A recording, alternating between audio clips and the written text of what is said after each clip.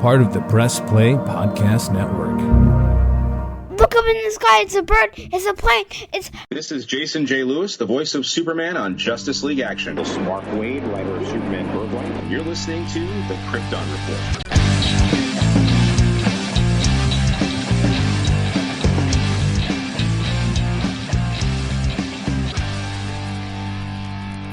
Welcome to the Krypton Report podcast. I'm your host, Tyler, the Superman of Blue, and with me today is a special guest. The reason why the song Waiting for Superman exists. The Superman that Chris Daughtry talked about. Mr. James Cole, the Superman of Red. What's up, buddy? Love that song.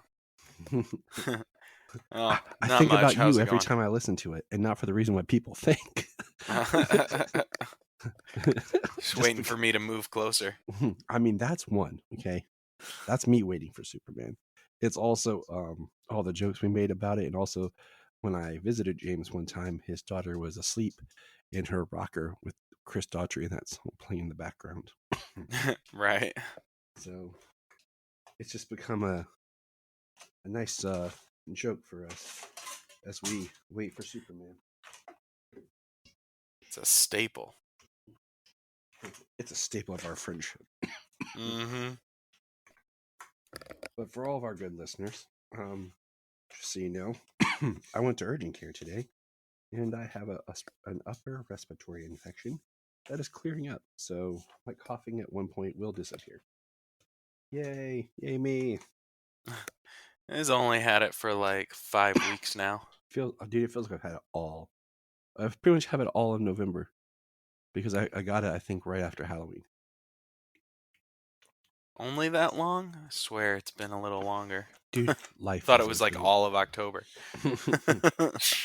Jeez, James. Damn. Harsh, bro. But no, we got some news to talk about, like, for once. Like, we actually have some news. Time has no meaning to me anymore. Yeah, it doesn't. All right, so first things first. There's a new Aquaman trailer out, but it's for Japan. And I watched it. There's some new footage in it, but it's in Japanese. So I didn't really get a chance to, understand what they were saying. But we did get a poster. And the poster's okay. It's just, Orm and Arthur standing there in the ocean together. Like, I think it'd be kind of funny. Like, this is the poster. Like, the first Aquaman movie, right? The poster's just Arthur. Aquaman 2 is Arthur and Orm. Then Aquaman 3 is like Arthur, Orm, and somebody else. So each time they add somebody. Right. I mean, if there was ever going to be a 3, maybe in an alternate universe. Who knows, dude? I just say never because the way things have been crazy right now, who knows what people are going to do? I mean, yeah. The only thing I hope for is that, the people who liked the first one are at least going to come see this one because, like, it is the sequel to that. The first one really was mostly a movie that stood on its own. Yep. And I hope this one will stand on, lean on that one as a sequel to that film and stand on its own. I'm really excited. I'm looking forward to it coming out next month. Yeah. I'm hoping like we'll get an actual new trailer like at Thanksgiving, and then they'll announce tickets go on sale. So that'd be kind of cool. Be like a month out. Mm-hmm. As of this recording today, Blue Beetle is on Max. So this is the chance for all the people who didn't want to go out and support the movie to watch it and be like, oh wow, that was really good. Shame on those people. Shame. For shame. Shame. I don't know if I'm parodying Game of Thrones or the Family Guy parodying Game of Thrones. Shame. Shame. Well, Blue Beetle is great, and I know that I own it, but I'm tempted to, kind of bump those numbers a little bit on Max. Oh yeah. Just because I really enjoyed it. It's just easier for the kids. Yeah, it was definitely the best DC movie to come out this year so far.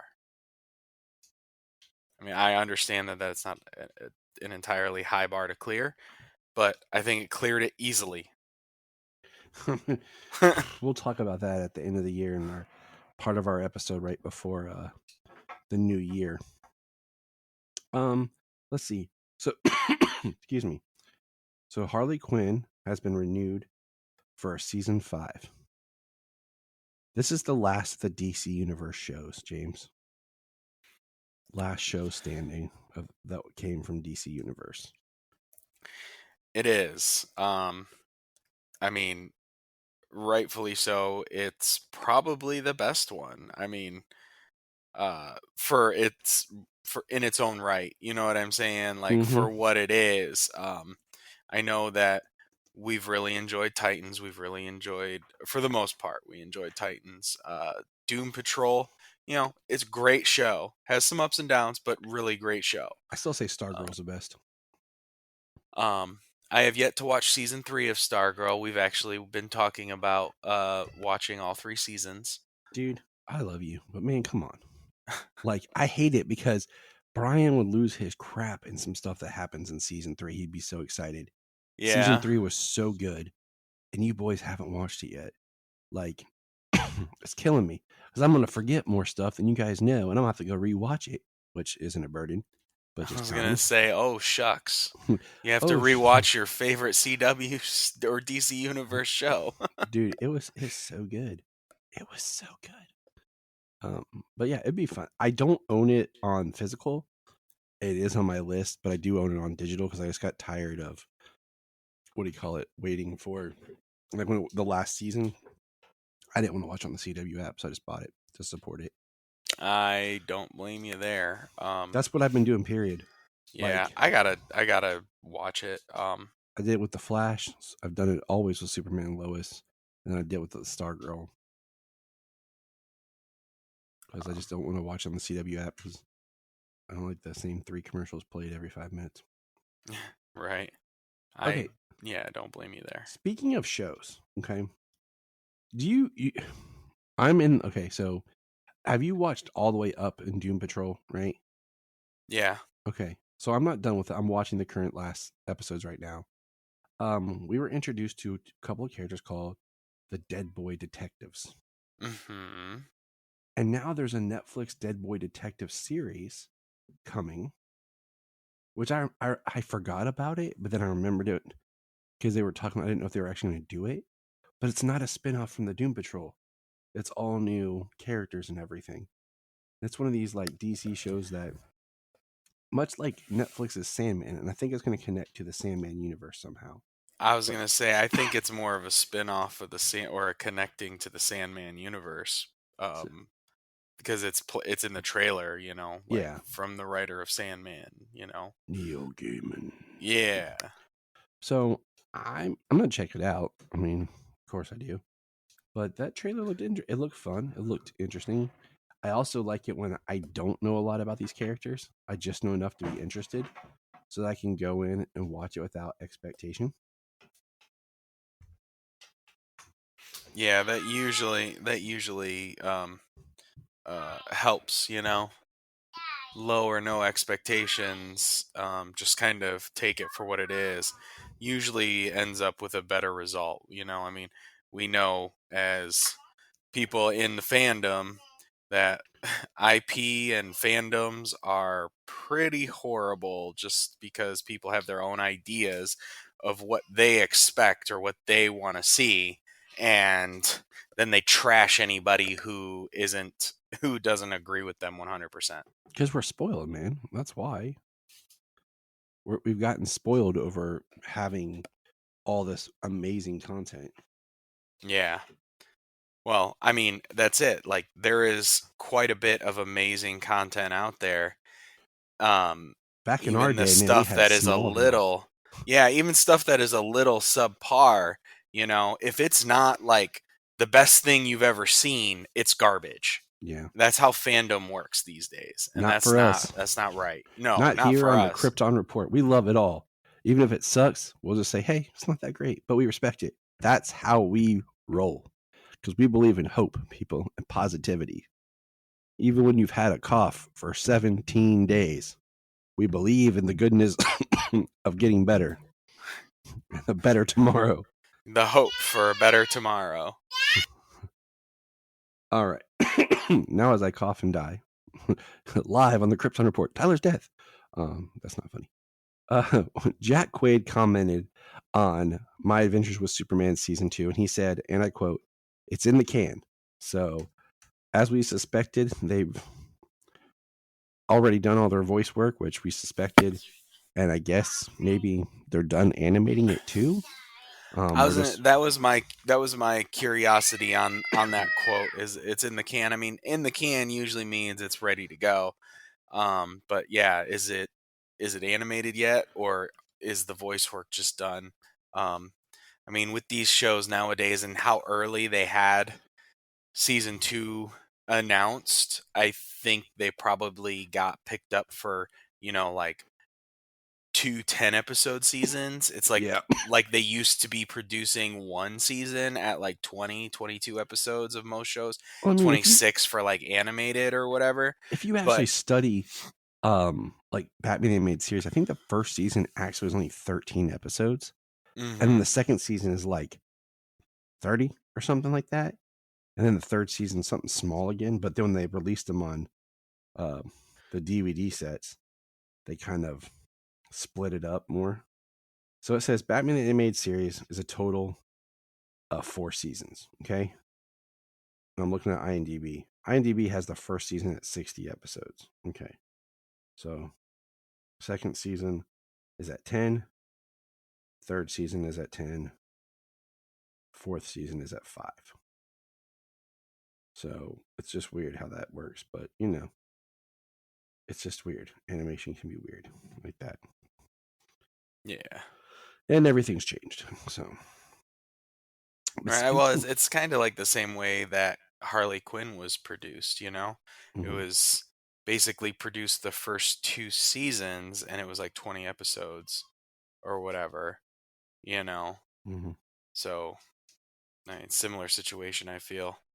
Like it was announced ready to go. They were working on it when they said it was happening, Mm-hmm. As it should be. It should you should announce something when it's almost done. Yeah. We're surprised and we get it. We're not like, yay, and then wait 3 years. Speaking of animation, we got confirmation and cover art of Crisis on Infinite Earths animated film Part 1 will release in January. James, what can you tell me that's interesting about the artwork for Crisis on Infinite Earths?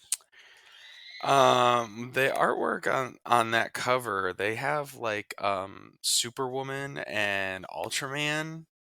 I noticed on that cover. Mm-hmm, mm-hmm. I'm not looking at that image in front of me right offhand, so that's a couple of interesting things I can remember from it. The Flash is central and in the middle. But who is not on the cover, James? Who is not on the cover, Tyler? Superman. No? No. And this is from the Tomorrowverse. And my thought is, if this is part 1, are we doing a part 1 and part 2? Or are we doing like 1, 2, 3? And will a second part have Superman kind of in the center? Maybe with Supergirl or something, paying homage to that cover. And then it'll kind of be one of those where it all connects to one giant image. Yeah, here we go. I found it. And, thinking about how, how it ended, the film that we were very not overly joyed about, the War film, with Superman, Batman, and Wonder Woman, and everything tying to what would be the Crisis. It is interesting that he's not there. But like I said, my working theory is he'll be on the cover of the second one, and it'll be one of those you put together and make one giant image. Yeah. So that's coming in January. So sweet. Yeah, that's interesting. That's cool. It's coming at that time.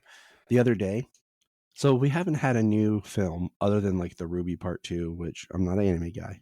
I haven't gotten it yet. I do plan on getting it since the World War film. And the other day I was sitting in the bedroom and I was watching Invincible, and Jania walks by and she thought it was a new DC animated thing, and she got pissed because she thought I was watching it without her. She's like, how dare you watch a DC? And with that, I'm like, baby, it's not. It's invincible. You know, it looks like DC, but it's not. And she's like, oh, okay. I was like, I don't know when the new one comes out. And then, of course, now we get this announcement. Speaking of announcements, Superman and Lois start filming January 11th of 24, which is one day before Solomon's birthday. So happy birthday, Solomon. Superman and Lois is filming. That's a good birthday present. Yeah. If I remember right, it premiered right around his birthday too.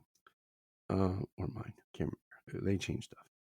Also, James Gunn sent out a tweet of just a blue with the Superman comic book script that had the date of the release of Superman Legacy, and that the release date was not altered of July 11th, 2025 at all, and that it would be coming at the planned date now that the actors' strike is over. And people got pissed because it was teased using just this font. People suck. And then today, we got a picture of David Cornsweet. So I'm going to pronounce it so I hear it differently. And he is working on getting jacked. Yeah, he's wearing what people in the gym affectionately refer to as the pump cover. Long sleeves, baggy clothes, so that way you can't see the physique. That's what James wears all the time. And that's what I wear all the time. Just I wear it for different reasons. So when I say physique, it's that I wish it was my job to get jacked. My slightly overweightness. That's what I'm covering. So, and with that, a few days later, the controversy. I sadly lost weight. Dang it, James. Show me your ways. Justice League, or not Justice League. As of this recording, it's Happy Justice League Day because Justice League the Animated Series was released on this day. Superman Legacy villain is the Engineer. And the Engineer is played by, I'm trying to pronounce her name, Maria Gabriela de Ferra. Yeah, not sure if I've ever seen her in anything. Yeah, I do not know. I do not know the actress, and also I know very little of the Engineer themselves. Came out of the only thing I know of the character is it came out of Wildstorm and the Authority. Yep, that's all I know. And we know they're doing an Authority movie, and James Gunn is good with being able to take a character and really remold it for whatever is needed. I mean, we asked for freshness with the villain. I don't know if we wanted this fresh. I wanted somebody like, we all wanted Brainiac, and maybe Brainiac could be a good villain for the sequel.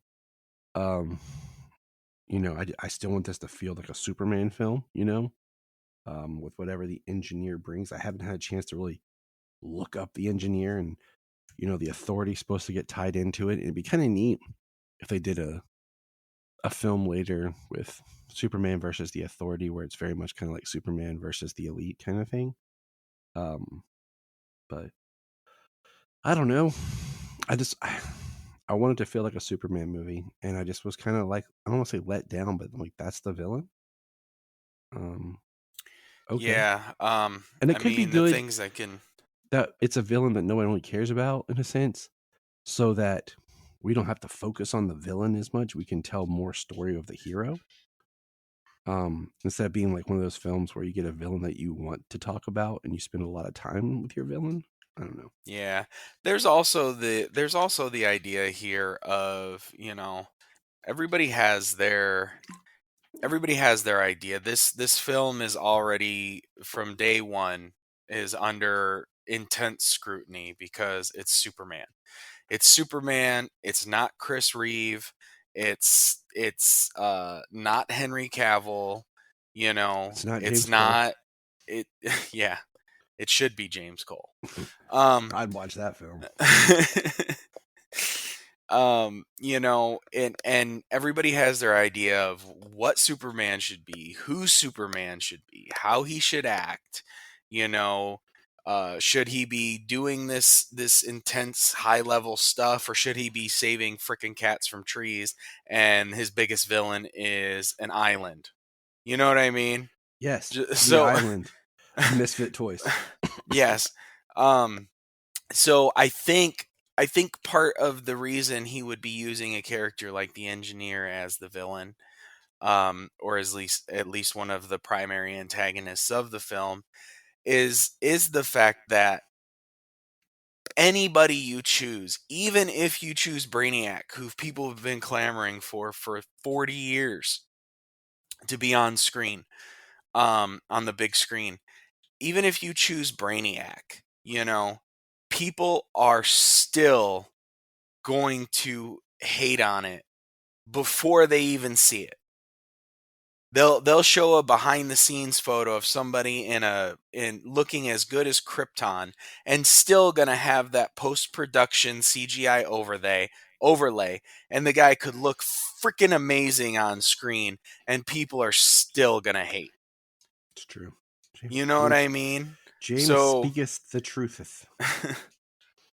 but I mean, things I can see here, like the engineer, like powers, blood nanites, shape shifting, durability, nanite fabrication, radio telepathy, kind of a lot of the things that you might get from like a Brainiac. So technopathy, electrokinesis, flight. There's a lot of things. Words now. Techopathy. Yeah, you're just making stuff up, James. A lot of things here that might actually apply to a character like Brainiac, but might actually build up the universe and a world and a story that James Gunn wants to tell in this this first phase of DC Universe. True. So now the next thing, we got the first poster for Merry Little Batman that shows Batman and little Batman Damian, running in a snow globe with a very weird, bizarre looking hand and smile above it. Premieres December 8th. Then we got a second poster. Oh no, we got pictures. We have Damian in the Batmobile, Batman holding Riddler, and the Joker. And there's a funny comment about that coming up. And then we got a second poster, which is Batman in a snowy Gotham looking down over Gotham. And there's like a giant, it looks like the red sun, but it's like a bag of toys. And that one looks better. And then we got the actual trailer for it. James, what was your reaction to the images and the trailer? James? my opinion on the images and the trailer, the artwork, for one, has still not changed. My opinion on the artwork has still not changed. It looks like Uncle Grandpa level animation from Cartoon Network. You know, it's just it's weird. I don't know why that was the style chosen. Cheap. Yeah, I mean, that's got to be it, right? But watching the trailer, I did think for the most part it was very cute. I think it would really appeal to the kid demographic. I know you said you wanted to watch it with the kids and get their reaction, so I would like to hear what you have to say on that. You will. In a second. I have the kids recorded. They will be inserted here in a moment. Okay. And it does look cute. It does look funny. It looks a little interesting. It's definitely a different kid take. Damian is the primary character, it seems. And it does look like there are a few little jokes in there for the adults, like the bat suit with the extremely pointed nipples and him saying something about that's really revealing or whatever. I think there's a little bit I think there's going to be a little bit there for everybody. I mean, I agree with everything you're saying. I I think it looks cute. It looks fun. It looks Christmassy as can be. It'll be Yes, something very nice. Christmassy. It'll be something nice and Batman-y to add with the other episodes. I just really wish the animation was better, because I really would like it to be something that's held up. And like anymore, I get so scared because they announce these animated things and we're like, sweet, because there for a while we had great production, and now they're getting cheap, and this animation is atrocious.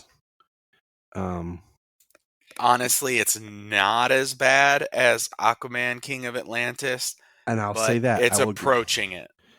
And I mean, it's just like, I would love it to have been something quality looking that would be like something that, oh, maybe I want to purchase physically, and just like an every year holiday keepsake kind of thing, just like Christmas with the Joker, or all the other like Batman and Justice League like Christmas stuff. Even the Justice League Action Christmas episode is so good, because every December we have like a DC day where we kind of watch all the DC like holiday stuff, and I'm probably going to incorporate. We'll do it early this December, where we'll do like Teen Titans Go. Like even that animation would have been better than this.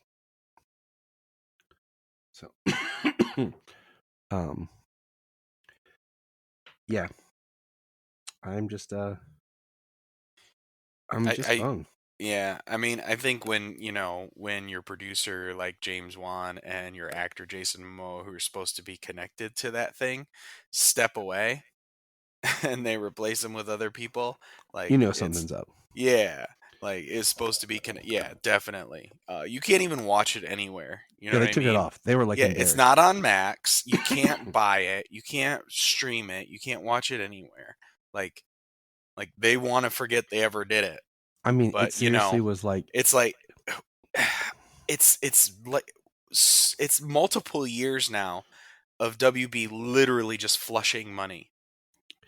I mean, they spent all that time building Aquaman to not be a joke, and then they say we're going to do an Aquaman series, and that's what they give us. And it's a total joke. It's terrible. It's awful. But hey, we know it sucked. But now you're going to get to hear the children's opinion on Merry Little Batman. Hey, this is Tyler, live with Solomon and Selah. I'm going to get some first picture reactions to the Merry Little Batman by my two little Cape Crusaders. All right, Solomon, Selah, let's pull this up. Ready? What do you think of that image for a cartoon movie of Damian as Batman? Interesting. Selah?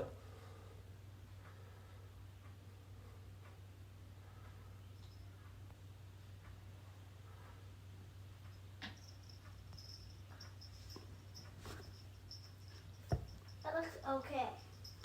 All right, ready? There's the Batmobile. Jeez. That was awesome. What about that bat symbol? The bat symbol was too long. Yeah. I just feel like shorten it like up to right here. Okay, all right, you ready for the next one? Yeah. There's Batman and the Riddler. Batman's chin's too big. Riddler looks like Riddler's mouth. He looks like a rainbow friend. Does. He looks like orange. Yeah, he does. That one looks like blue. That looks like some generic, cheap crap drawing. Okay, you ready for the last one? Yeah. Joker. Okay. The face. No, it's my least favorite picture. What the heck is that? What the heck is that? What the beep is that? So look, that's your target audience's reaction to this right there. That face. That hair. Why does Joker have We're going to watch this, but When is it coming out? I keep getting less and less excited. But it's supposed to be a Batman Christmas adventure that comes out. I'm just early December on Amazon Prime. That's how bad. And Sayla just gave the Joker the finger. That's my kid. All right, Solomon, Sayla, first reactions. Just saw the trailer. Merry Little Batman. It's bad, but the dumbest villain's gonna have to be Penguin. He's the dumbest. He's even dumber than Joker. And then Joker, but Bane's the best one. He doesn't. I just don't like how he's too strong and too pumpy. But that's pretty all about my thoughts. But I have one more thought. Yeah. I wish instead of the Batman costume for Damien, I wish it could be like a Robin costume, like Batman sidekick. Like I was a Renzo Ouija in the play. I press start. So let's get Solomon's fall, okay, guys? All right, Love you guys. This was It looked. One more thing to say. It looked good. Yeah, storyboard. The thing I have to say is Bane looks good. He looks the best out of all of them. Poison Ivy, she looks old. Yeah. And Joker.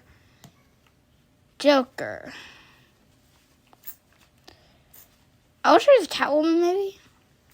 And why does Batman have a beard? I know it's not aggressive, but why don't he have a beard? Let me ask you this. Do you want to watch it when it comes out? Yeah. Doesn't look bad. Just Riddler's face when his mouth open. I'm like, that looks like a birdie. All right, well, here, hand it back. All right, guys. What'd you guys think about that? My kids are awesome. And the last little bit of news is the Suicide Squad Kill the Justice League is being released February 2nd, 2024. James, how do you feel about that? I so badly want to play this game. But PS5 and Xbox Series, like, I just don't have one. And this is, so I hate... these next gen things are kind of being a pain to me right now. Well, my problem is every time I had the money for the systems, they weren't available. And Right. nobody does like layaways. There's one place here that does layaway. And they're like, they sell out of their systems quick. There's one game store. And I'm like, even at Christmas, used to you could do layaways for like electronics and stuff. But they don't start it till like right at November or something. And we used to for a while, we'd shop at Christmas at Kmart because Kmart still did traditional layaways. But now everyone's like, oh, they have that Affirm or whatever. And I'm like, no, I don't want to pay like that. Like, because you have to have great credit to do that. And I'm like, some people just want to pay, and my thing with layaway is you don't pay your layaway payment. You just put the item back on the shelf. Someone will buy it. I miss good old layaway. There's my old man rant. So, but it looks good. Yeah. The game looks cool. I haven't gotten to watch the gameplay stuff that they've released. I mean, it's like 20 minutes. But I've seen clips of it. And, some of the images, some of the clips and things look really cool. The city looks huge. It's just it's a little interesting how they have to change the ideas of these characters, how they are able to move around and traverse the city the way that Batman did with like a Batmobile and a grapple gun and a cape to be able to glide through the city. Let's say the first trailer for this was 2 years ago? Yes. 3 years ago. 3? Because it was at Fandom 2020. Yeah, because it was the good fandom. So yeah, 3 years ago we got the first look at it. Oh well, life goes on. Life goes on. But hey, take a quick break.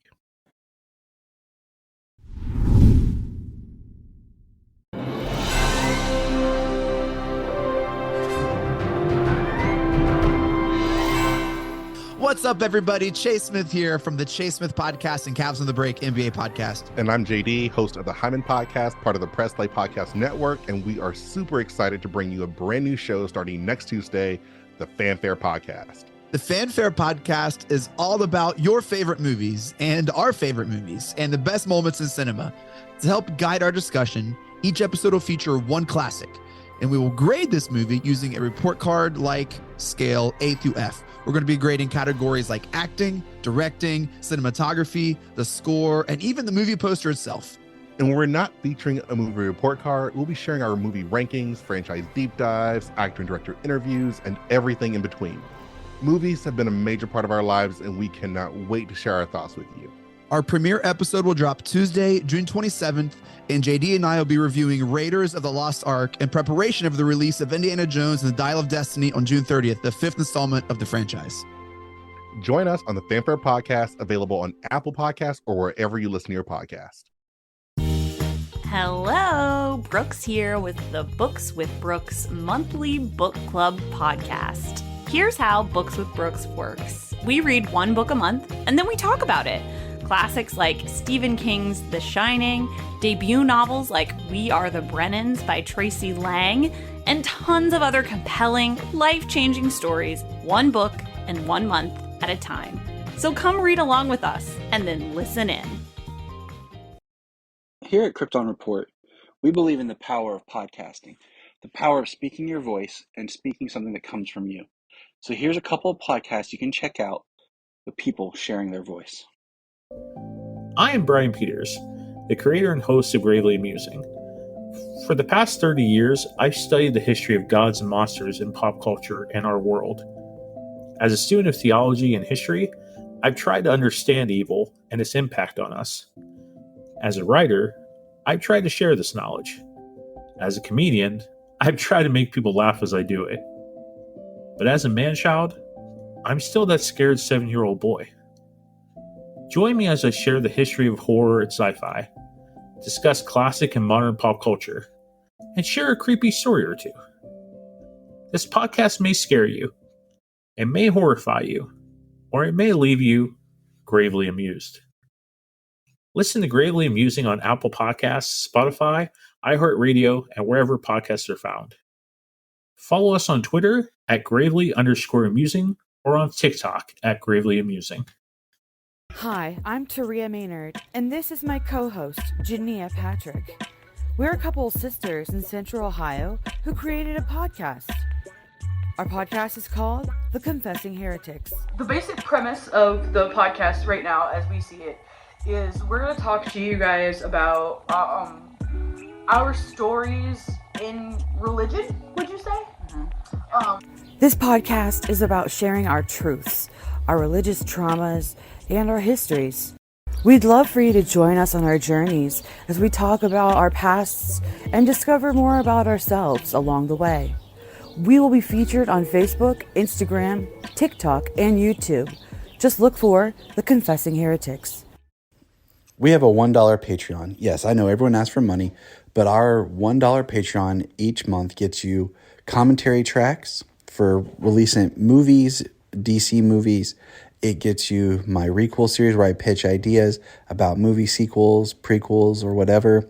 It also gets special bonus episodes of whatever else some of the friends of the network chime in and drop. So check that out for $1 a month. That's all we ask. Keep it cheap, keep it simple, and help us keep going. Check out the link in the show notes or Patreon Krypton Report. Follow the link in the link tree or in the show notes below, patreon.com/Krypton Report. This is Dan Jurgens, and if you want to have a good time, keep listening to the Krypton Report. And we're back. We highly, ask everyone to check out our Patreon. We do some fun stuff over there. Commentaries, me and James always talking, as well as, excuse me, the other podcasts that we mentioned. It's great if you love Superman, all the other wonderful Superman content that's out there. And of course, our buddy Brian over at Gravely Amusing and his new podcast, BP and the Finch. We have something coming up special with those guys, don't we? I believe so. You're supposed to kind just of agree. out of, You're supposed You agree with everything I say, James? I'm like, yes, Tyler. Yes. That's why I said, yeah, I believe so. So next we're going to talk about something a little different. This is something I want to do forever. Kind of forgot about it and then kind of went back to it. And it's kind of just a discussion on like the history of Superman's power, so to speak, because, you know, as I've been watching different properties of Superman and older stuff, you're kind of like watching, like, well, he could just use his heat vision, or he could do this, you know? And then I'm like, wait, that power wasn't available yet. So, you know, sometimes that's what happens. So we're going to talk a little bit about the brief history of Superman's powers. James, do you have our notes pulled up? I do. Would you go ahead and just read that intro paragraph for me, please? Yeah. Superman's powers.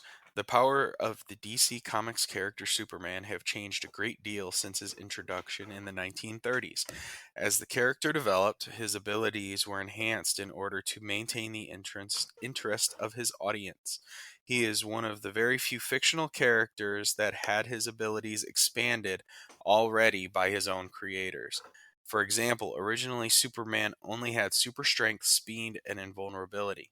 Then in Action Comics number 11, he is portrayed to also have X-ray vision and limited, compared to later instances, super hearing, which he clearly did not have before, as Superman tended to peek through windows in order to see and hear criminals. Eventually, already in the later 1940s, Superman could very easily time travel by running too fast to pass through a time barrier. The extent of his powers peaked during the 1960s, and the 1970s was the first time when depowering of Superman occurred in Kryptonite No More.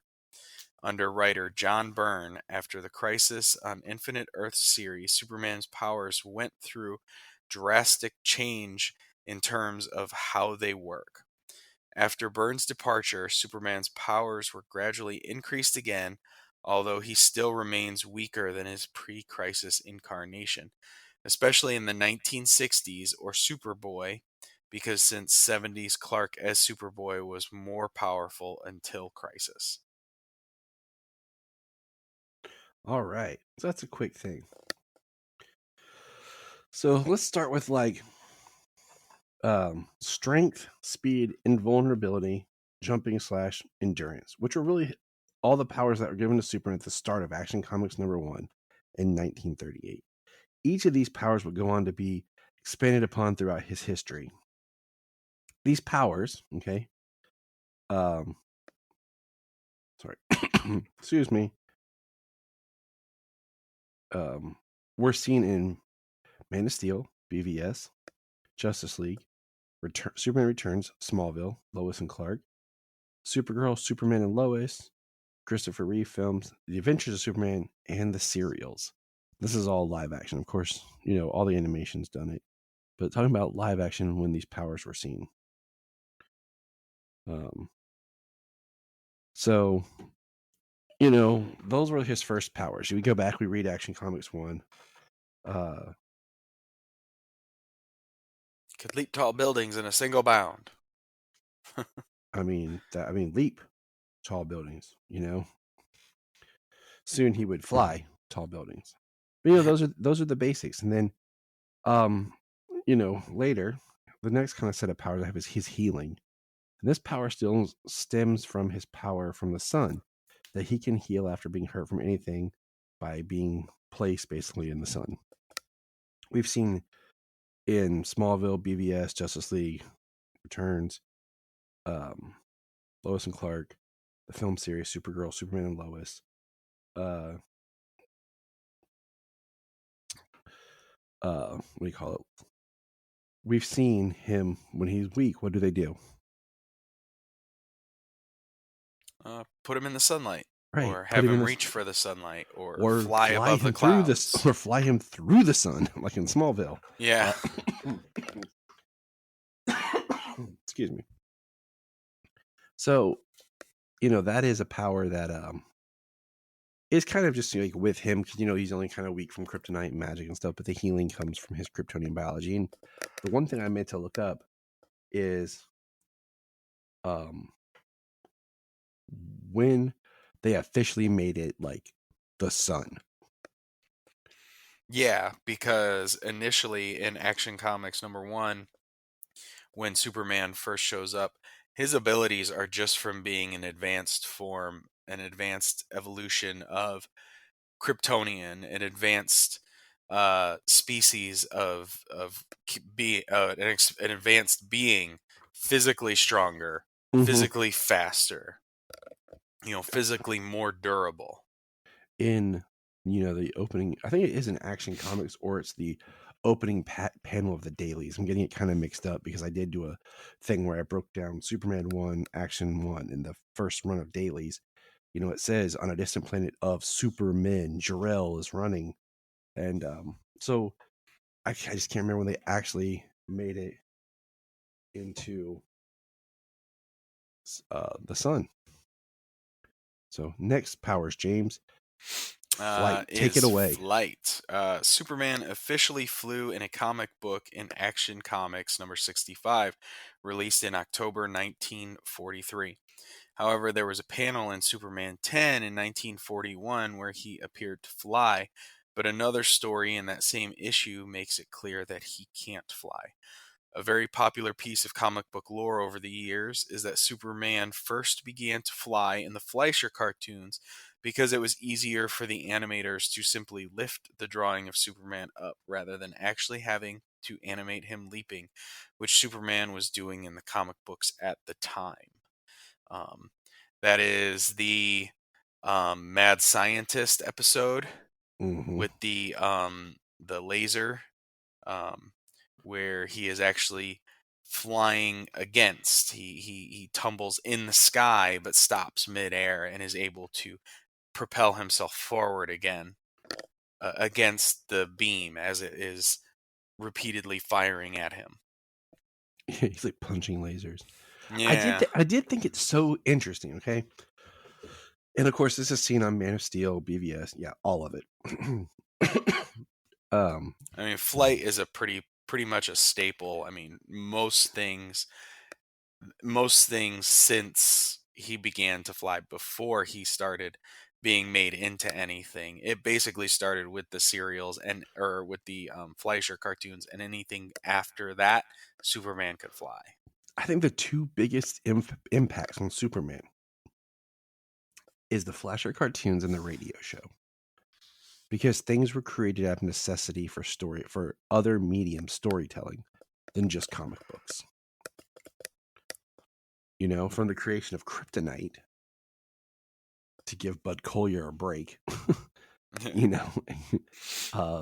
then we hear the power of flight and how much that has become such a core of who Superman is. All right, my favorite power. Well, one of my favorite powers, heat vision. You have your facts right.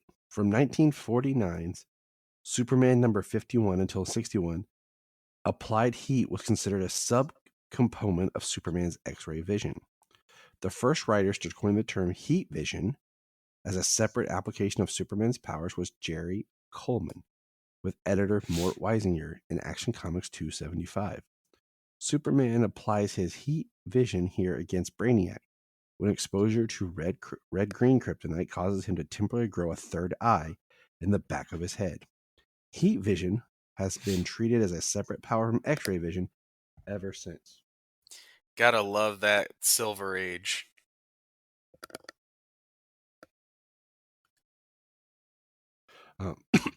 Yeah. I mean, the Silver Age was, I think, about experimentation and necessity. And I love heat vision. I think it's also part of why Cyclops is my favorite X-Man.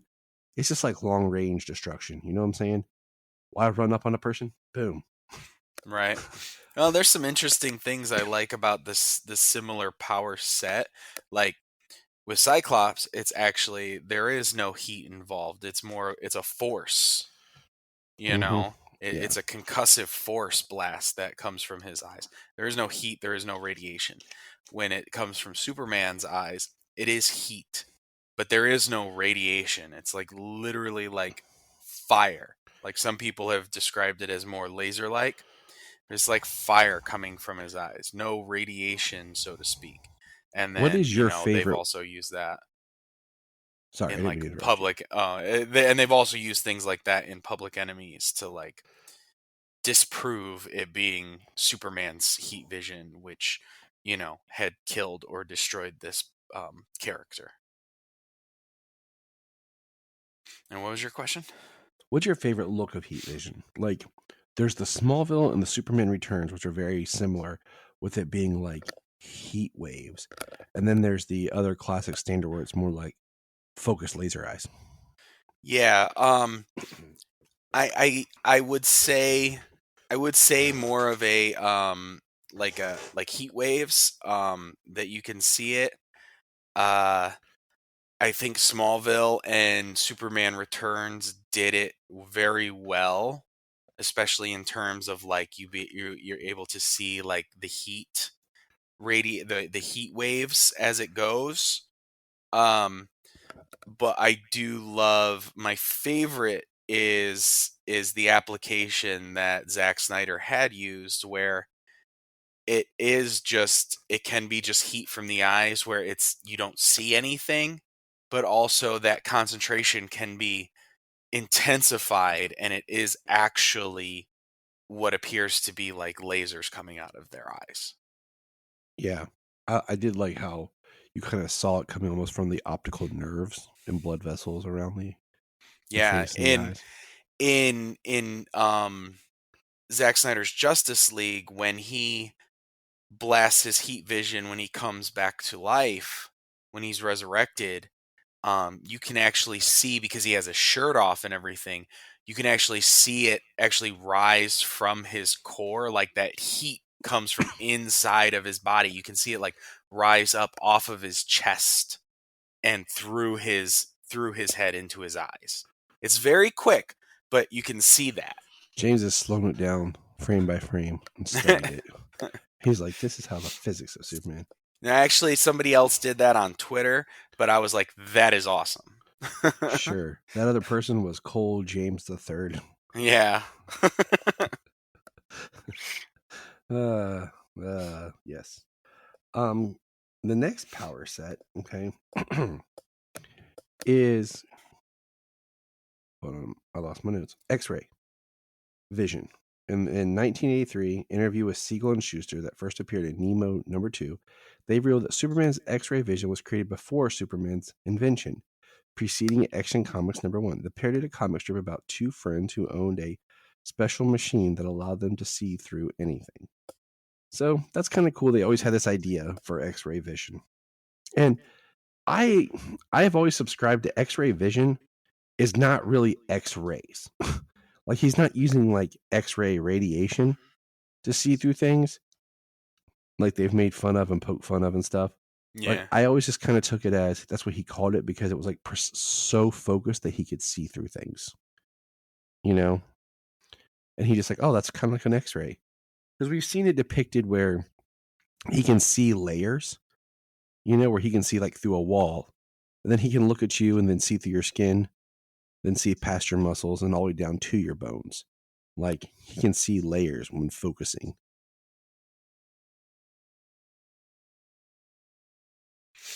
Right. I do think it is really cool to see how he can like go through the layers like that. Obviously the biggest exposure that we have probably to it is through Smallville, and it is very much almost X-ray like. Yeah, and we get that scene in Man of Steel where the little boy Clark is like looking at his teacher, and like you can see the layers kind of moving in and out of focus. Yeah, we actually get that in the X-ray episode of Smallville, where he's looking at Pete, and you can see the musculature and the bone structure in his face and everything when he falls. And he looks through, the girls' locker room. Yes, he looks through the girls' locker room wall. But you know what my question is about that, James? Yeah. They're in gym class, so why are the girls changing? Like, that would be after gym class, not during. I've worked in high schools. I know high schools. Yeah, they're usually not dismissed at separate times. Yeah, it's all in the same bell schedule. So while the girls would be in their locker room, the boys would be in their locker room. So that's on you, Small. We know about your inconsistencies. I'm calling you out. That's heavy. There's a lot if you really want to do that. If you really want to poke at those, like real world inconsistencies. Yeah. All right, James. Would you take us to the next power, please? Microvision, telescopic, and electromagnetic. Most of the vision powers, microscopic, telescopic, X-ray, see in the dark vision, see things moving at super speed, see invisible things, etc., were developed in the early 1940s. Note that the lead weakness in his X-ray vision didn't show up until the late 40s.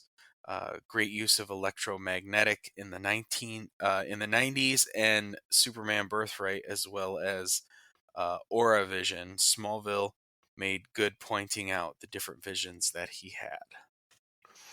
And of course, I always thought, like, I loved in Birthright how he saw the electromagnetic spectrum, where he followed the radio waves back to fight the guy who was broadcasting the racist. And then, of course, I really liked the Aura Vision, the idea of seeing the energy that the human body or any living creature produced. Right.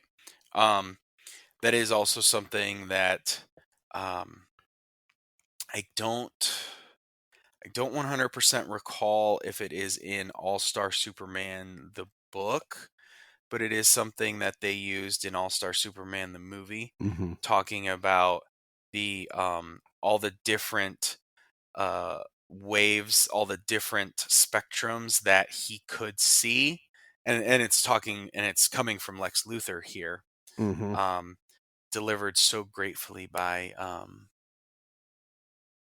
isn't it Anthony LaPaglia? Yeah, that's it. LaPaglia, I think LaPaglia, something like that. Yeah. No disrespect. Yeah, he was great. He's a great performance, and I'm sorry I blanked on the name. That's because we just watched him in Annabelle Creation, and I was like, yeah, that's Lex Luthor. And I always remember him as Daphne's brother on Frasier. But yeah, talking about the different spectrums he can see, the coherency of how life and consciousness is connected through those different spectrums. So just the way Superman sees life and interprets and appreciates life, the way that it is in things that we can't see. I just thought that was really cool. I wrote a short Superman 8-page comic based on that very thing. Ooh, just nice. for fun. One day maybe someone will animate it and draw it for me. The next is also one of my favorites, and as a parent, this would be amazing. Hearing. Yes, it would. While he was often described as having enhanced senses, his first feat of super hearing occurred in 1940, where he revealed he could hear communications from radio waves. It wasn't until the Silver Age of comics that Superman could hear every sound in Metropolis by flying overhead. Yeah. Talk about super senses. Like, they make a good... This is smell, but hearing. They make a good joke on Superman and Lois about having two teenage boys in the house with super smell. I don't think I put that's smell. Bad. I don't think I put smell on here, but yes. No, you did not. That's why I had to throw it in here on the super senses, because that's not something that they talk about often, and I think that was a very good joke because, I mean, anybody knows teenage boys stink. Yeah, you know why? Because they either aren't taking care of themselves enough because they haven't really learned. They're lazy, and I see this a lot. Also, they think that Axe body spray can just cover up everything. No, it can't. Yeah, right. When Solomon turns 13, I've already decided I'm going to buy him a huge bundle of Dr. Squatch products as in a gift basket. Right. Deodorant, soaps, shampoos, everything they have. I was going to say, don't wait till 13 as soon as he hits puberty. If it waits till 13, so great, when he's 15. But if it's 11. Yeah, no, it's, yeah, that's funny. I am just happy. I am glad. Maybe it was being raised by a single mother, but by the time I hit 11 years old, I had to shower every day. James, I shower twice a day. I don't believe I was a stinky teenager, like on the bad end of that spectrum, you know. Just as a developing young man, I think we all just smell, but it's the body changing. It's but if you don't take care of yourself, like James got out of bed one morning and heard doom doom, and then was like, "Hello, everyone." He came downstairs like, "Ma, what's for breakfast?" Right. Sound like James Earl Jones, and then his voice leveled off to what it is now. Right, it just dropped real low. He was like, I came back. Can you go? All right, this one's always one that I like, that I don't really ever really touch on. And like with this one, I didn't really put what it's seen on because I feel like it varies. Like, and definitely I don't think it was used in Smallville enough. Super intelligence. Superman possesses genius level intelligence and an eidetic memory. These enhanced mental capacities were a direct result of his exposure to yellow sun, as evident by the depiction of Superman's dog Krypto. While under a yellow sun, Krypto's intelligence was boosted to that of a typical human. And we see this, like you said, in All-Star, right? And I just feel like it's one of those things that in a lot of shows, they don't use because if they did, there wouldn't be as much of a need for other secondary characters. Yeah. See, the thing that the thing you especially brought up in Smallville is, yeah, it is very tropey for Clark in Smallville to be Big dumb or naive or whatever. And maybe you could chalk it up to some of those other character beats, but they also do things like nothing escapes that steel trap of yours, or like a big surprise, Clark gets another A. You know what I mean? Like he is smart, and it does have a locked memory, like almost an eidetic memory, but it's not something they lean into. One of my favorite uses is in the first volume of J. Michael Straczynski's Superman Earth 1, where he's so smart and like he can get all these different jobs, but he doesn't know what he wants or how he can use it with his powers. So, all right, James, take the next one. All right, you had skipped Solar Flare. I Did you moved want it. me to? Okay, you want to go back to that at the end, maybe? Yeah, do super vocals. Okay. Superman uses his low-frequency voice, originally called super ventriloquism, to communicate with Supergirl, identically to how he used it in Son of Kal-El. Superman can change his voice too, the ability to control his vocal cords to mimic sounds. Mostly seen in like the animated series. And one of the best episodes where he mimics Bruce Wayne. Yeah. Nighttime. Is that the name of the episode? Yep. Yeah, he dresses up as Bruce Wayne. Bruce Wayne has disappeared. Batman is no longer patrolling Gotham. Things are kind of, getting out of hand. And he runs with Tim Drake dressed as Batman, and he uses that precise muscle control in his vocal cords to sound exactly like Bruce Wayne, and in turn freak Tim Drake out by sounding exactly like him. It's such a great episode. It is. The next one is Breath. While Superman's super breath debuted in 1940, he didn't have the freeze breath element until 1959 in Superman 129. And I will say, the use of Superman's freeze breath is always so dope. Okay? The way it was like nonchalantly, like no big deal, used in Zack Snyder's Justice League, where he just... Yeah. So cool. Yeah, it was great. It was the only time that was ever used. There is also some really awesome bits. Superman, Shazam, The Return of Black Adam, when Black Adam causes a flood and he uses his super breath to freeze it, because Black Adam tried to use it to distract him away from the fight. and in Superman Unchained, where a building is collapsing, and Superman, in like the super speed thought process, as they're counting down like the seconds till the building collapses in upon itself as it's falling, Superman uses his speed to rush the water up the side of the building, the whole building, like create this massive like wave against the building and freeze it so it holds the building in place. Mm-hmm. And then I have a note here about kinetic. I put, other than seeing Superboy in comics have his tactile telekinesis, Superman doesn't have this power. Though there has been implied in other versions of Superman that some of the evil Kryptonians use it. And then Superman 2 is kind of implied when he looks at the wall of China and it rebuilds itself. Mm.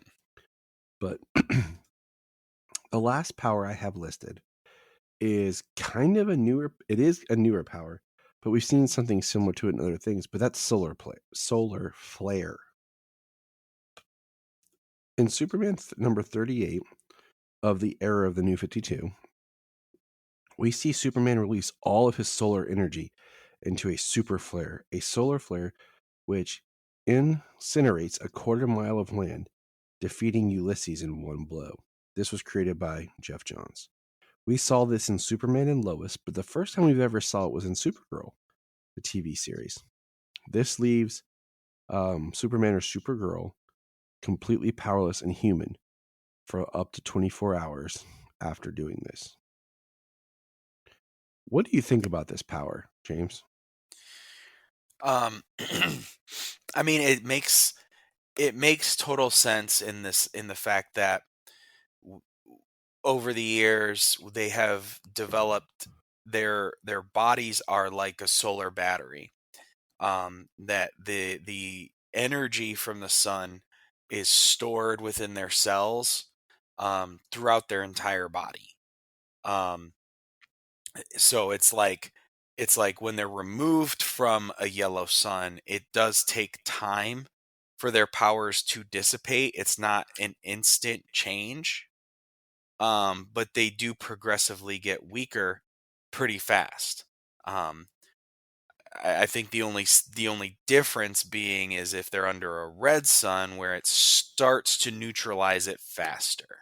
Mm-hmm.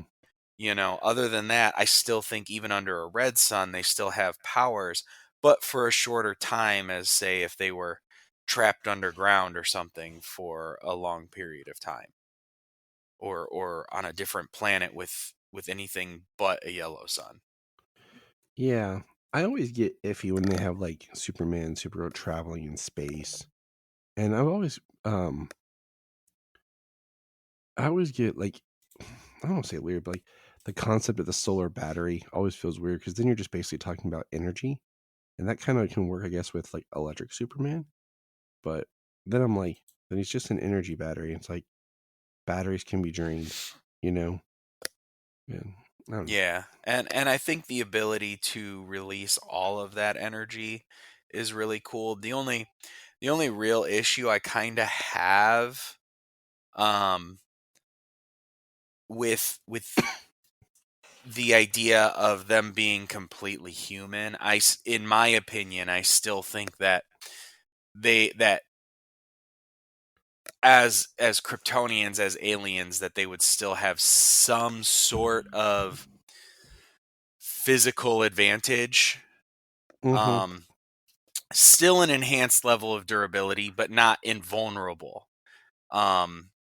You know, not like a bullet would still be fatal if in a fatal spot, but otherwise, like it wouldn't be like the worst thing, like getting shot like a human would. Like any wound could be fatal, you know. Yeah. As well as like strength, like, you know, maybe not just lift a car over their head or something, but like if somebody got trapped under something, a rock, a piece of rubble or something, they would be able to lift it, just not like hoist it easily, but like really get underneath it, really put some effort into it, and at least give some clearance for somebody to escape. Something like that, in my opinion. I like it. I like it because I always hated like the idea of like, oh, they stole my powers. Like in Smallville, like it'd be like saying like James stole my hair color. Like, oh no, James stole my skin complexion. Like you can't steal someone's DNA like that. Like, oh my, like someone might like inherit your powers, but they can't like take them from you. Like they always show like, oh, you stole my powers. Yeah. Okay, like that's altering your DNA. Like, I don't know. There's always one of those things that bug me. Right. Well, I mean, when it comes to it's all super science. It's all what the plot is necessitated for, in the moment. And I think, especially for Smallville, like it gives you that dramatic, like, need. Like Clark is now human. Like, he's still not human just because his powers were transferred. He's still not human. Yeah. Okay. So that's going to wrap up this episode of the Krypton Report. Thank you for joining James and I and St. Tyler. I want you all to go and throw on your stereos and your phones and play Waiting for Superman by Chris Daughtry and think of James. And then when you do, let me know which way you're thinking of James. Is he Superman in the story, or is he waiting for Superman? And remember, look up in the sky. We just want to say if you've enjoyed this podcast, please check out other podcasts on the Press Play Podcast Network.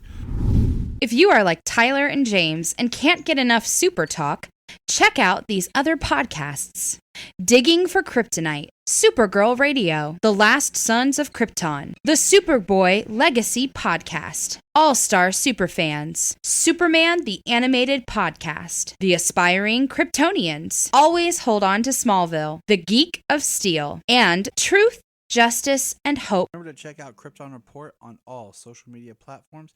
Go to linktree.com/Krypton Report. You find all of our information.